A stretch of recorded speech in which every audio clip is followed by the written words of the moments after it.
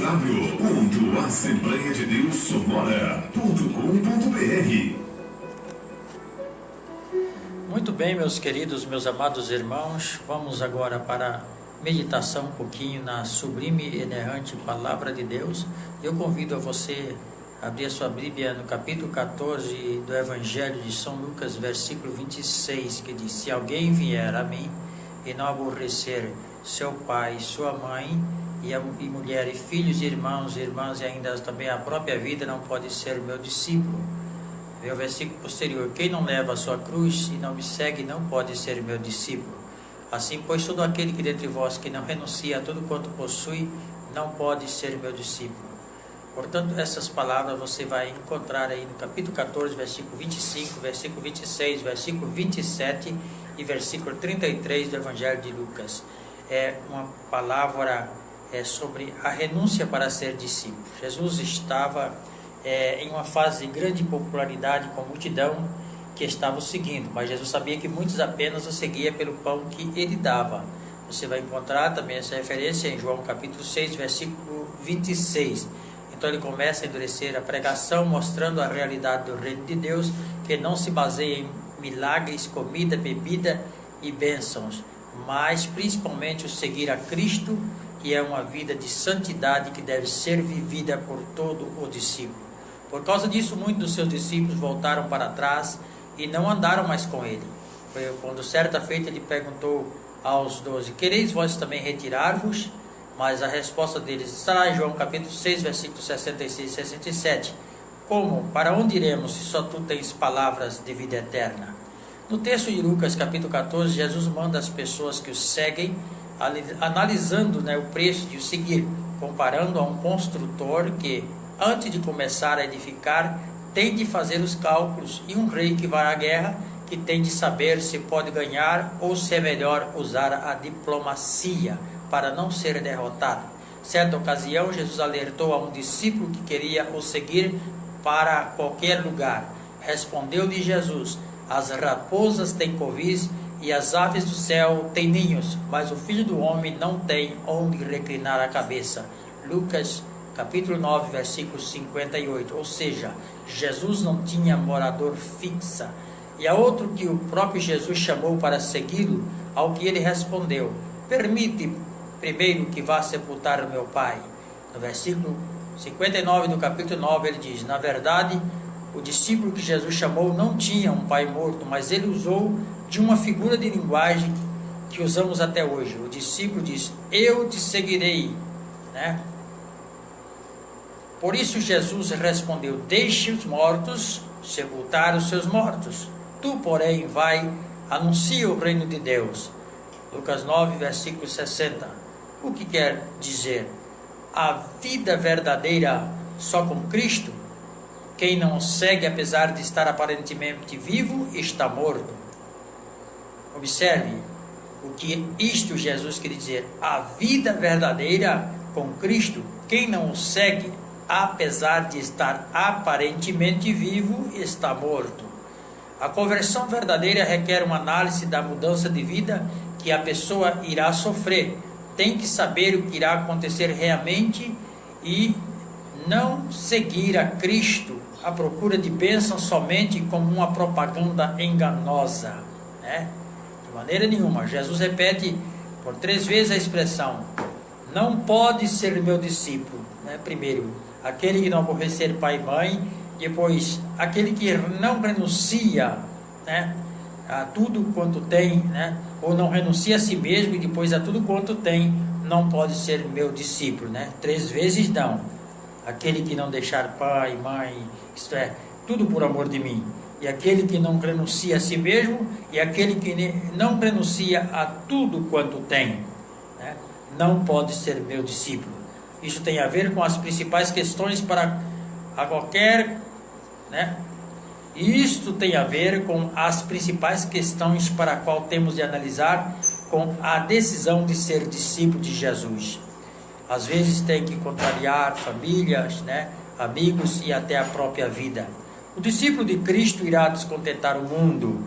Não ameis o mundo, nem o que no mundo há. Está lá na Epístola Universal do Apóstolo João, capítulo 1 capítulo 2, aliás, versículo 15, né? Não ameis o mundo e nem o que no mundo há. Se alguém amar o mundo, o amor do Pai não está nele. Aí segue-se, né? Porque tudo que há no mundo, as concupiscências da carne, a soberba da vida, não é do Pai, mas do mundo, né? O mundo passa e as suas concupiscências, mas quem faz a vontade de Deus permanece para sempre. A maioria das pessoas ama o mundo, ama as suas riquezas, a comodidade, e é natural do ser humano. E Jesus representa isto muito bem quando diz pela família da pessoa, que se alguém também não tiver a mesma fé, não entende, né? Não vai entender, né? Não vai entender. E aí Jesus disse, aquele que não deixar pai e mãe, isto é, quando um da família, ou alguns das famílias não entender o seu posicionamento, a sua renúncia em seguir a Cristo, né?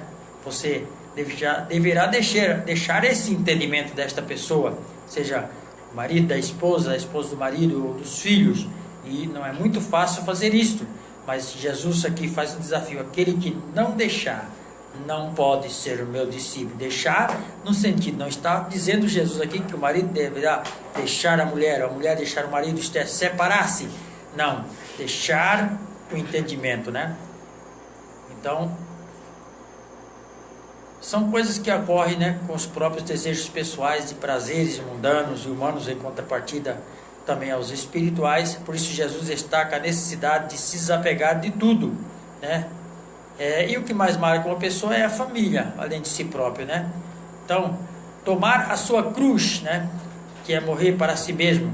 A cruz era um instrumento de morte, não como hoje, né, que é o nosso símbolo às vezes do cristianismo, e até um adorno, uma joia para muitas pessoas, né? Porque nem todo mundo usa isso como um símbolo, uma joia, né?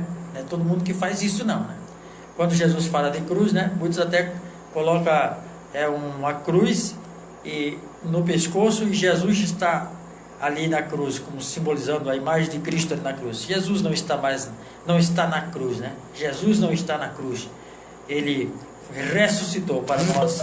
Ele ressuscitou. Quando Jesus fala da cruz, ele está falando: morra para o mundo, porque morrestes e a vossa vida está escondida com Cristo em Deus, né? Ao diz lá em Colossenses capítulo 3 e versículo 3, né? Nós já morremos para o mundo e agora nossa vida está escondida com Cristo em Deus. Cada dia a pessoa teria de mortificar a carne. Está lá em Romanos capítulo 8 versículo 3. Está abandono mais uma vez de tudo, renuncia a tudo. Jesus aqui resume as características de que ele quer para um discípulo. O discípulo tem que amar a Deus acima de tudo, pois Deus não pode ser colocado em segundo plano. A Bíblia chega até a dizer que Deus tem ciúmes por nós. Ou pensais em vão, que diz a Escritura, o Espírito que ele faz habitar em vós, anseia por vós e até tem ciúme. Tiago capítulo 4 versículo 5. Cristo requer isso do discípulo, prioridade. Deus quer estar acima de tudo em sua vida, mais do que a família. No caso de Abraão, mais do que todas as coisas, né? Como no caso de Paulo, sim, né? Abraão, Deus diz para ele sair da sua terra, da sua parentela, ir para uma terra que ele mostraria.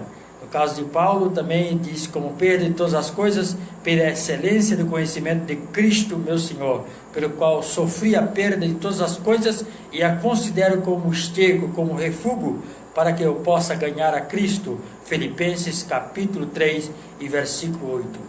Então, concluindo aqui, algumas pessoas são seguidoras de Cristo e tentam levar outras pessoas a seguir a Jesus, ensinando um cristianismo de facilidades. Salientam as emoções, a felicidade e as bênçãos materiais, porém não a felicidade e as bênçãos, porém, né, deixam estas pessoas sem o verdadeiro arrependimento e a mudança de vida, que é a conversão verdadeira, né? Se alguém está em Cristo, as coisas velhas passaram e tudo se fez novo. Paulo escreve aos Romanos dizendo que nós precisamos agora andar em novidade de vida. Que Deus abençoe a todos. Vamos ouvir mais um louvor e logo após estaremos orando, já partindo para os momentos finais de nossa programação.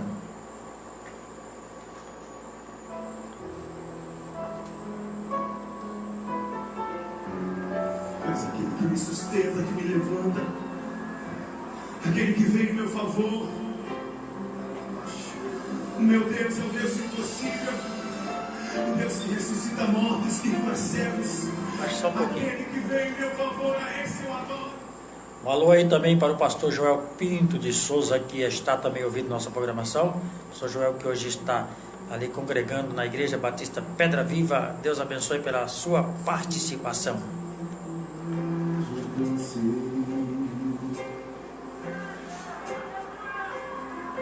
Quando tu diz que não,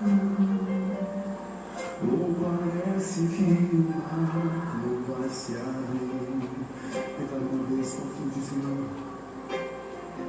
Quando tu diz que não, sua voz me encoraja, você em mim. Quando tu diz que não, ou parece que o mar não vai se abrir.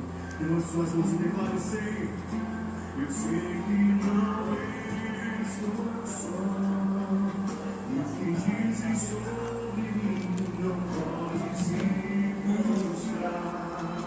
Não, venha em meu favor e cumpra em mim teu querer.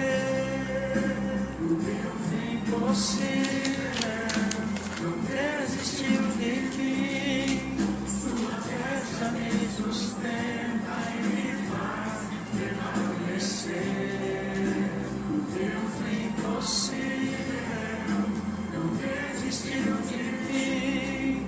Sua força me sustenta e me faz prevalecer.